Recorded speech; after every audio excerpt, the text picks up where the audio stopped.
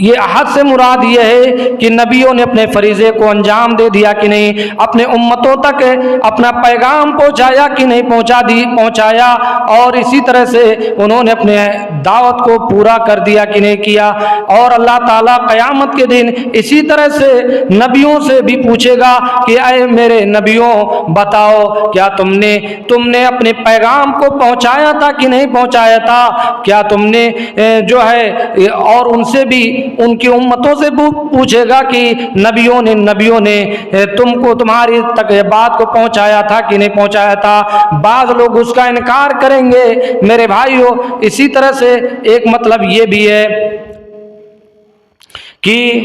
اللہ تعالیٰ نے نبیوں سے یہ عہد لیا تھا۔ ایک عہد سے مراد عہد یہ ہے کہ اللہ تعالیٰ نے نبیوں سے عہد کیا تھا، یہ عہد و پیمان کیا تھا کہ اے نبیوں، اے پیغمبروں، اگر تمہارے دور میں تمہارے بعد کوئی نبی آ جائے تمہارے دور میں تو تم ان کی پیروی کر لینا۔ اور اسی طرح سے نبی کے بارے میں فرمایا تھا کہ اگر تمہارے دور میں وہ آخری نبی آ جائے تو اپنی نبوت کو چھوڑ کر کے تم ان کی پیروی کر لینا۔ اسی طرح سے اللہ کے نبی صلی اللہ علیہ وسلم بیٹھے ہوئے تھے، حضرت عمر فاروق رضی اللہ تعالیٰ عنہ تورات لا کر کے پڑھنے لگے، تورات کا نسخہ لا کر کے پڑھنے لگے۔ اللہ کے رسول صلی اللہ علیہ وسلم کا چہرہ سرخ ہونے لگا، اللہ کے نبی صلی اللہ علیہ وسلم کا چہرہ غصے سے سرخ ہونے لگا۔ حضرت ابو بکر نے جب نبی کے چہرے کو دیکھا تو حضرت عمر کو ڈانٹا اور کہا ثقلت کا امک کا، اے عمر تیری ماں تجھے گم پائے، کیا تو نہیں دیکھتے ہو نبی کے چہرے کی طرف؟ ما ترى بوجه رسول اللہ صلی اللہ علیہ وسلم، کیا نبی کے چہرے کی طرف تم نہیں دیکھتے ہو کہ نبی کا چہرہ بدلا ہوا ہے؟ آپ نے فرمایا اے عمر، اگر میری دور میں لو کان موسیٰ حیا اتبعته لترکتمونی لزللتم عن سواء السبیل، اگر میرے دور میں موسیٰ جاتے اور تم ان کی اتباع کرتے تو تم سیدھے راستے سے بھٹک جاتے، اور اگر موسیٰ میری زندگی میں آ جائے تو جب تک میرا کلمہ نہ پڑھ لیں، لا الہ الا اللہ محمد رسول اللہ نہ پڑھ لیں، تب تک وہ بھی ان کا بھی کامل ایمان نہیں ہوگا جب تک میری اتباع نہ کر لیں۔ تو یہ جو ہے عہد و پیمان سے مراد یہ ہے کہ اللہ تعالیٰ قیامت کے دن جو ہے نبیوں سے پوچھے گا اور ان کی امتوں سے بھی پوچھے گا۔ اسی طرح سے اللہ تعالیٰ نے آگے فرمایا وَلِيَسْأَلَ الصَّادِقِينَ عَنْ صِدْقِهِمْ وَعَدَّ لِلْكَافِرِينَ عَذَابًا عَلِيمًا، تاکہ اللہ سچوں سے ان کی سچائی کے بارے میں دریافت فرمائے اور کافروں کے لیے اس نے المناک یعنی دردناک عذاب تیار کر رکھی ہے۔ یعنی اللہ تعالیٰ تاکہ سچے لوگوں سے، جو سچے لوگ ہیں، نیک لوگ ہیں، جنہوں نے ان کی باتوں کو ایکسپٹ کیا، ان سے سوال کرے ان کی سچائی کے بارے میں، اور اللہ تعالیٰ نے کافروں کے لیے دردناک عذاب تیار کر رکھی ہے۔ اور آگے اللہ تعالیٰ نے فرمایا یا ایھا الذین آمنوا اذکروا نعمت اللہ علیکم اذ جاءتکم جنود فارسلنا علیہم ریحا وجنودا لم تروها وکان اللہ بما تعملون بصیرا۔ یہاں اللہ تعالیٰ نے فرمایا اے مومنو، تم اللہ کی اس نعمت کو یاد کرو جب اذ جاءتکم جنود، جب تمہارے اوپر یہ تمہارے مقابلے کی فوجیں آئیں، پھر ہم نے ان پر تیز و تند آندھی اور ایسے لشکر بھیجے جنہیں تم نے دیکھا ہی نہیں، اور جو کچھ تم کرتے ہو اللہ سب کو دیکھتا ہے۔ یعنی اللہ تعالیٰ نے فرمایا یا ایھا الذین آمنوا اذکروا اللہ، آمنوا اذکروا، اے ایمان والو اللہ کی اس نعمت کو یاد کرو جس نعمت کو اللہ تعالیٰ نے تم پر اتمام کیا تھا۔ اذ جاءتکم جنود فارسلنا علیہم ریحا وجنودا، اور اللہ تعالیٰ نے تمہارے اوپر جو فوجیں تمہارے پاس مقابلے کے لیے، تم سے لڑنے کے لیے اور تمہاری بستیوں کو اجاڑنے کے لیے آئی تھی، اللہ تعالیٰ نے ان پر تمہاری مدد فرمائی تھی۔ اس میں اشارہ ہے غزوہ احزاب کی طرف، غزوہ احزاب کی طرف اس میں اللہ تعالیٰ نے اشارہ کیا ہے، جو کہ سن 5 ہجری میں پیش آیا۔ اسے احزاب اس لیے کہتے ہیں کہ اس موقع پر تمام دشمنان اسلام کے جو گروہ تھے مسلمانوں کے مرکز مدینہ پر حملہ آور ہوئے تھے، اور احزاب حزب کی جمع ہے، اور اسے غزوہ خندق بھی کہتے ہیں، اسے غزوہ خندق بھی کہتے ہیں۔ یہاں جو ہے واقعہ اس طرح سے ہے کہ اللہ کے رسول صلی اللہ علیہ وسلم نے قبیلے بنو نذیر، جس کو رسول اللہ صلی اللہ علیہ وسلم نے ان کی بدعہدی کی وجہ سے اور مسلسل غداری کی وجہ سے اللہ کے نبی صلی اللہ علیہ وسلم نے ان کو جلا وطن کر دیا تھا، ان کو قبیلے سے نکال دیا تھا۔ تو ان یہودیوں نے آپس میں طے کیا کہ مدینہ پر حملہ کیا جائے، مسلمانوں پر حملہ کیا جائے۔ وہ قبیلہ جا کر کے خیبر میں آباد ہوا، اس نے کفار اور کو مسلمانوں پر حملہ آور ہونے کے لیے تیار کیا، اور اسی طرح سے غطفان وغیرہ قبائل نجد کو بھی امداد کا یقین دلایا اور ان کو بھی قتل پر آمادہ کیا، اور یہود اور اسلام مسلمانوں کے تمام دشمنوں کو اسلام کے تمام دشمنوں کو اکٹھا کر لیا اور اس میں کامیاب ہوا۔ مشرکین مکہ کی قیادت اس وقت حضرت ابو سفیان رضی اللہ تعالیٰ عنہ، جو ابھی تک اسلام انہوں نے قبول نہیں کیا تھا، اس کے سردار وہی تھے، اسی کی قیادت انہی کی سپرد تھی۔ اور یہ حضرت سفیان ابھی جو مسلمان نہیں ہوتے، انہوں نے احد کے پاس آ کر پڑاؤ ڈال کر تقریباً مدینے کا محاصرہ کر لیا، اور ان کی مجموعی تعداد، کفار کی جو مجموعی تعداد تھی 10,000 تھی، اور مسلمانوں کی تعداد 3,000 تھی۔ اور اس کے بعد اس کے علاوہ جنوبی رخ میں یہودیوں کا تیسرا قبیلہ بنو قریظہ تھا، یہ آباد تھا۔ ابھی تک یہ مسلمانوں سے معاہدہ کیا تھا کہ ہم ان کی مدد کریں گے، مسلمانوں کی مدد کریں گے ہر طرح کی، لیکن ان سے بھی بنو نذیر کے یہودی سردار، یہودیوں کے سردار، بنو نذیر کے یہودیوں کے سردار جو حی بن اخطب تھے، انہوں نے ان کو بھی جنگ پر ابھار کر کے ورغلا کر کے ان کو بھی اکٹھا کر لیا تھا۔ یہ مسلمان چاروں طرف سے ان کے نرغے میں آ کر کے ان سے دشمنوں سے گھر گئے۔ تو اس وقت حضرت سلمان فارسی رضی اللہ تعالی عنہ کے مشورے سے مدینہ کے چاروں طرف خندق کھودی گئی، خندق کھودنے کا کام شروع کیا گیا، اور اس طرح سے جب خندق تیار ہوا تو اس وقت کفار جا کر کے مدینہ کے اس خندق کے باہر ہی رہ گئے، یعنی اندر داخل نہ ہو سکے۔ اس کے بعد یہ محاصرہ کفار و مشرکین نے جو 10,000 کی تعداد میں تھے، وہ 1 مہینے تک مدینے کا محاصرہ کیا کہ ہم مسلمانوں کی بستی کو اجاڑ دیں گے، مسلمانوں کا نیست و نابود کر دیں گے، مسلمانوں کو مٹا دیں گے، مسلمانوں کو صفحہ ہستی سے مٹا دیں گے۔ لیکن اللہ تبارک و تعالیٰ نے اپنی غیبی مدد فرمائی، اللہ تعالیٰ نے فرشتوں کو بھیج کر کے اللہ تعالیٰ نے مسلمانوں کی مدد فرمائی۔ یہاں ریحن سے مراد یہ ہے کہ تیز و تند ہوا مراد ہے، یعنی اللہ تعالیٰ نے ایسی تیز و تند ہوا چلائی کہ جو ہے ان کی بستی کو اکھیڑ کر کے رکھ دیا، ان کی بستی کو اجاڑ کر کے رکھ دیا، اور وہ لوگ بھاگنے پر مجبور ہو گئے۔ اور جنودن سے مراد یہ ہے کہ اللہ تعالیٰ نے فرشتوں کو بھیج کر کے اللہ تعالیٰ نے ان کی مدد فرمائی۔ جنود لن تروها، اللہ تعالیٰ نے فرمایا کہ ایسے فرشتوں کی لشکر کو بھیجا کہ جنہیں تم نہیں دیکھ سکتے تھے، تم نہیں دیکھتے تھے۔ اور اللہ تبارک و تعالی